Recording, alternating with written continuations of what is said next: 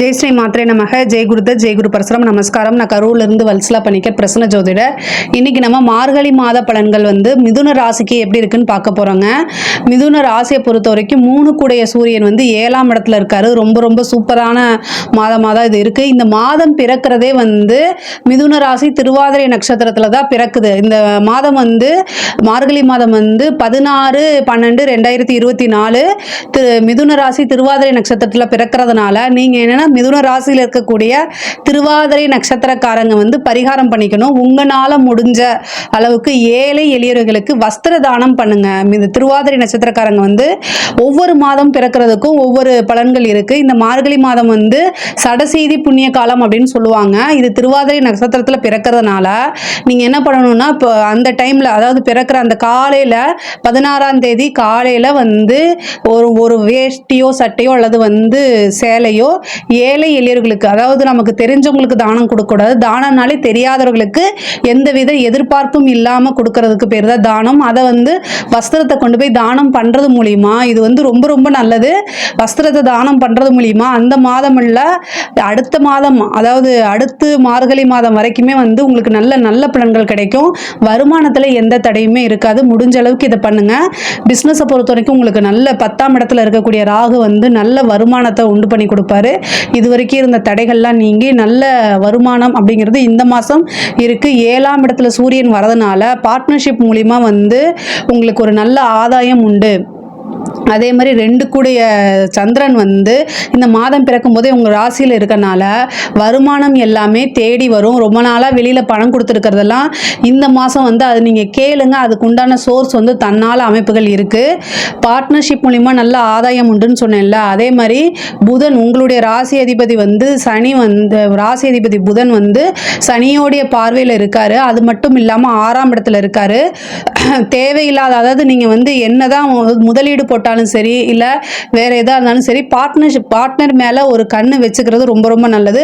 பார்ட்னரை கண்காணிக்கணும். Partner என்ன செய்யறாரு அப்படிங்கிறத நீங்க கண்காணிக்காம விட்டீங்க அப்படின்னா அவர் ஏமாற்றுறதுக்கு உண்டான வாய்ப்புகள் இருக்கு.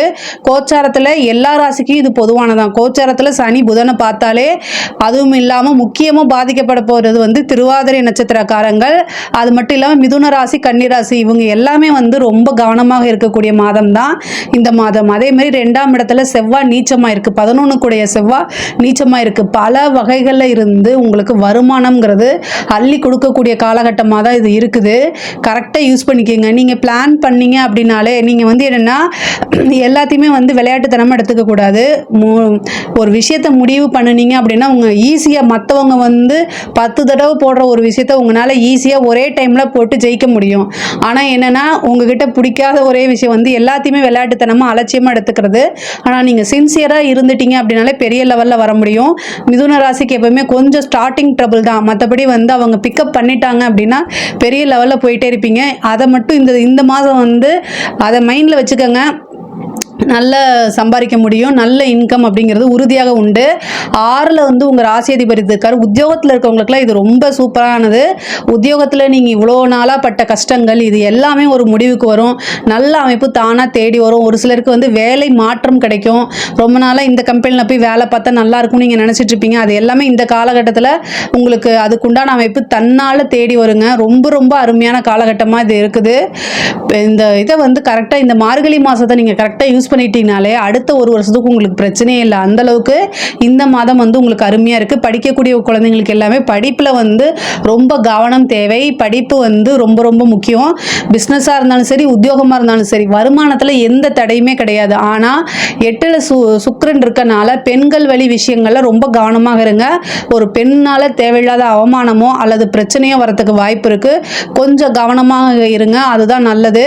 பொதுவாகவே இரக்க குணம் படைத்தவங்களா நீங்க இருக்கனால யாராவது ஹெல்ப்னு கேட்டுட்டா உடனடியாக செய்யக்கூடிய நபராக நீங்கள் இருப்பீங்க. இந்த மாதம் ஒவ்வொரு உதவியுமே யோசிச்சு இவங்களுக்கு நம்ம அதை செய்யலாமா வேண்டாமான்னு யோசிச்சு செய்யுங்க. இல்லைன்னா அதனால உங்களுக்கு பிரச்சனைகள் வரத்துக்கு வாய்ப்பு இருக்கு.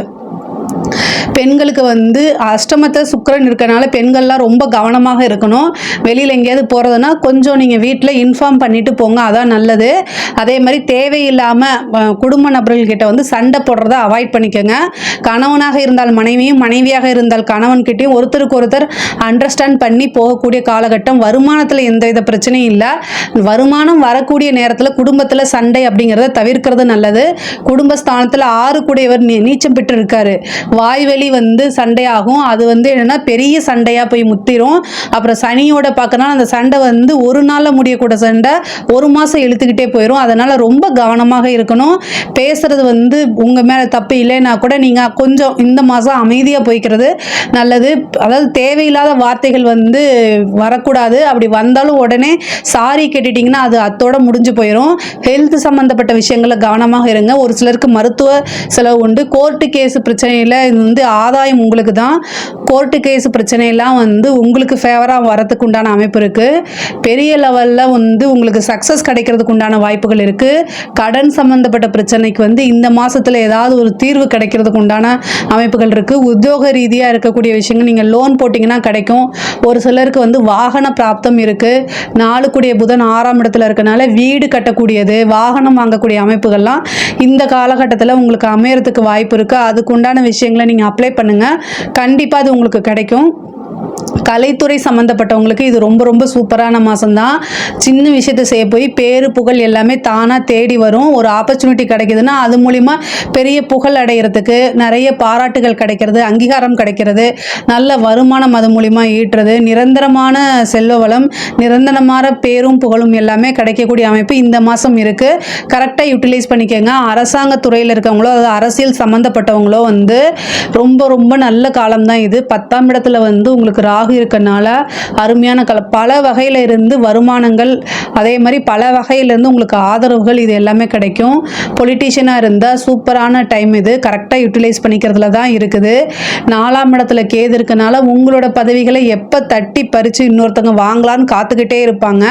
அதுக்கு இடம் கொடுக்காதீங்க. கொஞ்சம் கவனமாக செயல்படணும். அலட்சியம் இல்லாமல் இருந்தாலே இந்த மாதம் எல்லாமே ரொம்ப ரொம்ப சூப்பராக இருக்குது. 9ல் இருக்கக்கூடிய சனி வந்து குருமார்களுடைய ஆசிகள் உங்களுக்கு கிடைக்கும். நீண்ட தூர பிரயாணம் பண்ணி ஒரு புனித யாத்திரை மேற்கொள்ளக்கூடிய அமைப்பு. இந்த மாதம் வந்து ஒரு தெய்வீக மாதமாக இருக்கனால உங்களால் என்ன முடியுதோ அந்த தெய்வ வழிபாடு பண்ணும்போது இன்னும் கூடுதலான சிறப்பான பலன்கள் உங்களுக்கு கிடைக்கிறதுக்கு உண்டான வாய்ப்புகள் இருக்குது. இதில் ஏதாவது சந்தேகங்கள் இருக்குது அப்படின்னா கமெண்ட்ஸில் கேளுங்க, நான் கண்டிப்பாக ஆன்சர் பண்ணுறேன். நம்மளுடைய சேனலை லைக் பண்ணுங்கள், ஷேர் பண்ணுங்கள், சப்ஸ்கிரைப் பண்ணுங்கள். நன்றி, வணக்கம்.